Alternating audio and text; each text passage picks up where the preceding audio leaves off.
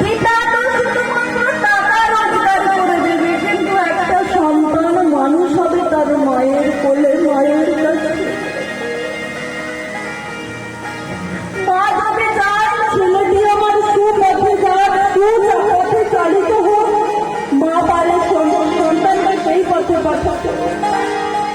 কিন্তু মা এখন সমস্যা হলো একটা, ওই যে সাধের মোবাইল এসে গেছে আমাদের সকলের হাতে। মোবাইল ডিসপ্লে টিপলে আমরা আমাদের সন্তানকে সময় দিতে ভুলে। তাই না শাস্ত্র বললেন, মাটি জমে ভালো হয়, ফসল কিন্তু সুফসল উৎপন্ন হয়। আর মাটি যদি খারাপ হয়, ভালো ফসলের আশা করলে আমরা পাবো কোথা থেকে? তাই রাবণ বলল, যা বাবা যা, যুদ্ধ ক্ষেত্রে তুই যা। ছোট্ট ছেলেটা যুদ্ধক্ষেত্রে এসে হাজির।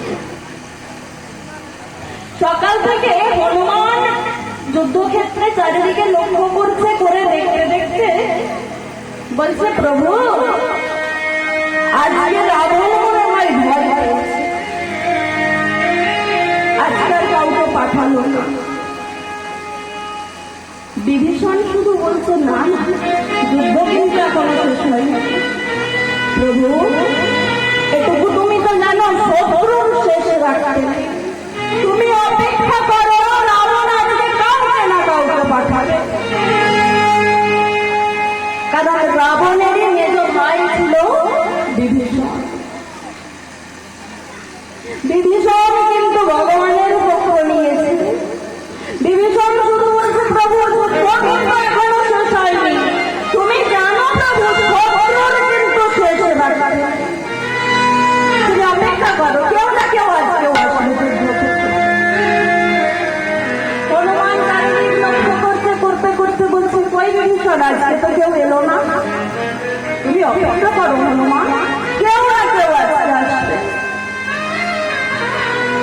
আসলে মা বাড়ির খবর বাড়ির লোক ছাড়া কি অন্য কেউ জানে?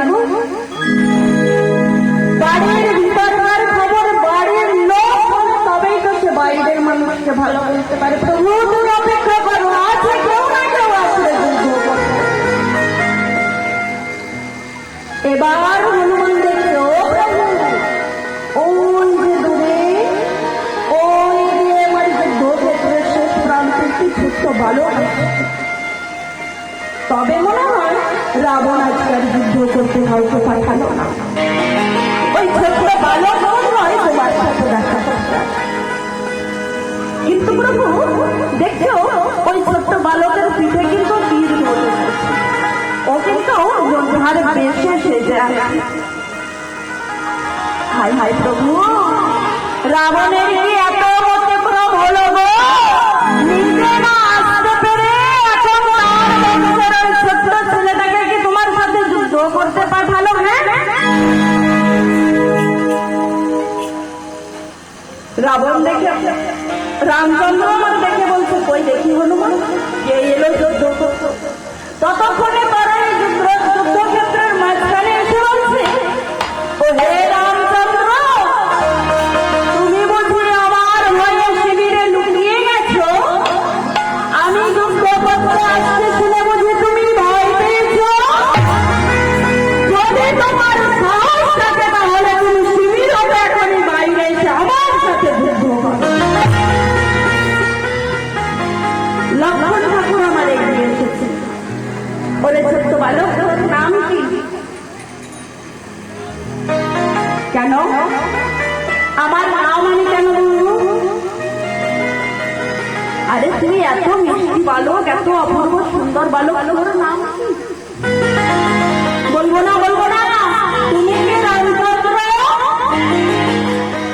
না না, আমি রামচন্দ্র নয়, আমি রামচন্দ্রের ভাই লক্ষ্মণ।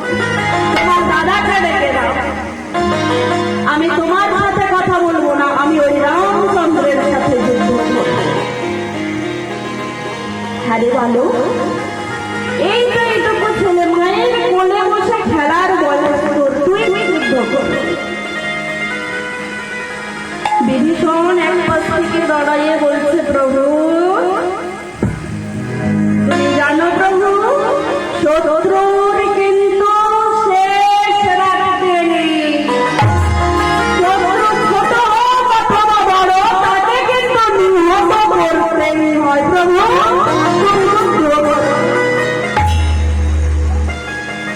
বারে বারে যখন তরুণী বলে রামচন্দ্রকে ডাকো, রামচন্দ্রকে ডাকো, রামচন্দ্র বাড়ি দেবে। আরে ভালো, তুই আমার সাথে যুদ্ধ করবি? আয় বাবা, তুই আমার বলে আয়।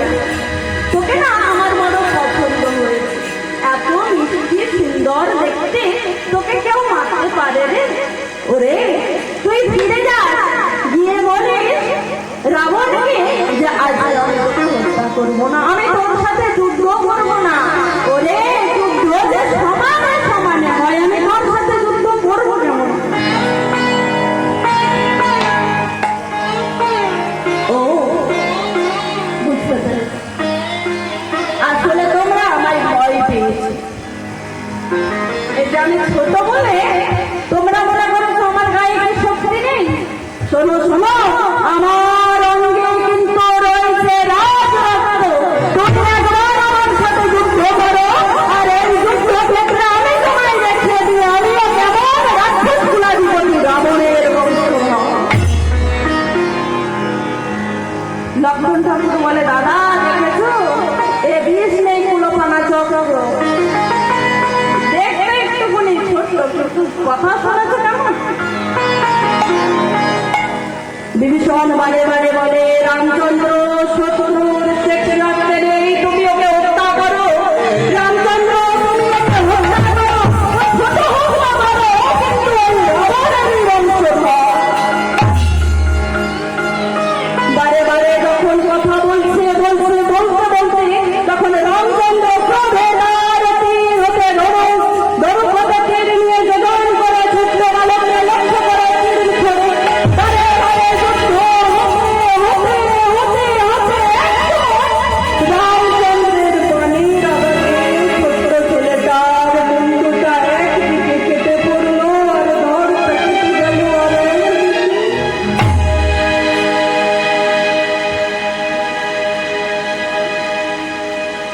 বিভীষণ এতক্ষণ যুদ্ধের এক পাশে দাঁড়িয়েছিল। প্রভু যুদ্ধ করো, প্রভু যুদ্ধ করো, প্রভু হত্যা করো।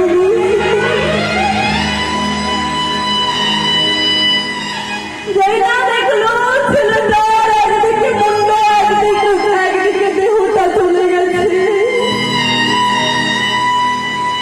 আর দাঁড়িয়ে থাকতে না পেরে ছুটে গিয়ে কাটা মুন্ডটা মুখে দিয়ে বলে, ধরণী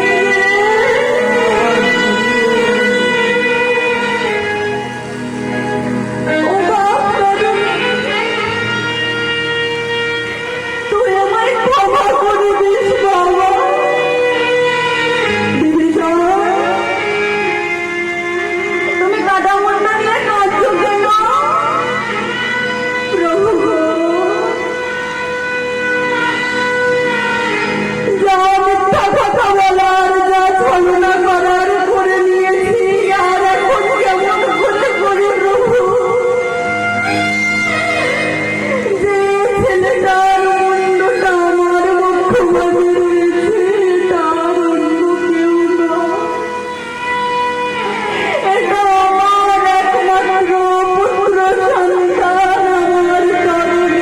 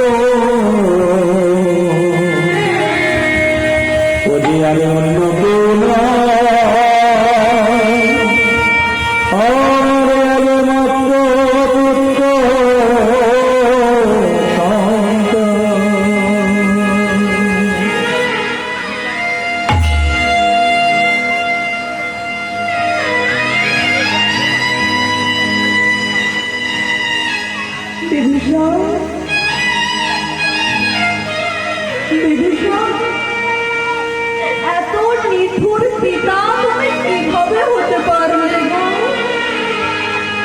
তুমি একবার আমায় বললে না ওটা তোমার মানে? আমি কেন ওকে হত্যা করলাম? প্রভু,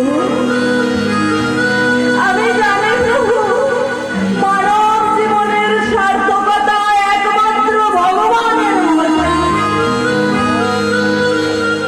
কিন্তু সেখানে যদি তোমার হাতে আমার ছেলের মৃত্যু হবে জেনে আমি তোমায় নিষেধ করি, ছেলেটা কি আমার উদ্ধার হতো বলো প্রভু?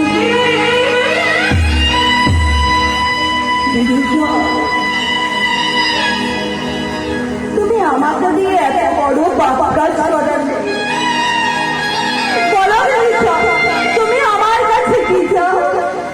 আমি না জেনে অন্যায় করেছি, বলো না বিভীষণ? আরে কেন না, তুমি বলো তোমার ছেলেকে এখনই আমি বাঁচিয়ে দেব।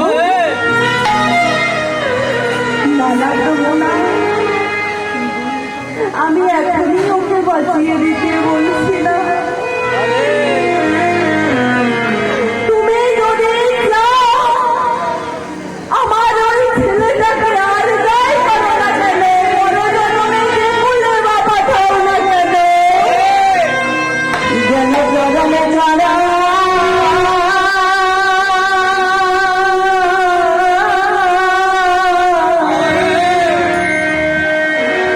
কারণ ছাড়া